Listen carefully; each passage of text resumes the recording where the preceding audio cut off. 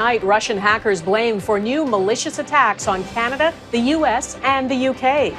Why research into a COVID-19 vaccine is the target. And I think that's pretty appalling, I have to say. Plus, how a judge says Canada's own spy agency broke the law. Ottawa's strategy to restart the economy. We've outlined 7 priority areas. The $19 billion being doled out. A reality check on the risk of air travel.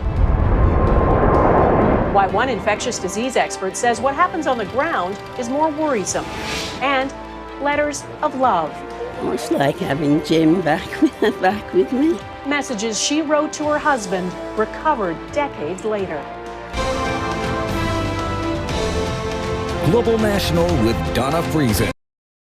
Now there's a new sinister layer. Canada, the U.S., and the U.K. warn that Russian hackers, possibly linked to Russian intelligence, are targeting organizations involved in the research and development of a vaccine, including here in Canada. Mike Drolet looks at the threat and what's at risk in our top story tonight. The race to develop a vaccine for COVID-19 just got political. Alerts from Canadian, UK, and US cybersecurity agencies aren't just warning of hackers trying to steal medical research.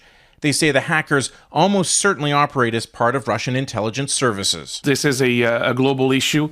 Every actor in the world is looking for the vaccine. A report in April had warned of attacks against a Canadian biopharmaceutical company, but the attribution then was the very generic cyber threat actor. With this attack, Canadian and UK officials seem determined to publicly shame Russia. And I think that's pretty appalling, I have to say. At a time where the world's coming together, we're all trying to find a vaccine that both our people and people around the world can benefit from. To have the Russian government engaged in that endeavour, I think needs calling out, and I think the world should know it. Russia has vehemently denied all involvement through its state-run media channel, saying the allegations weren't backed up by proper evidence. But cyber experts say that's not true.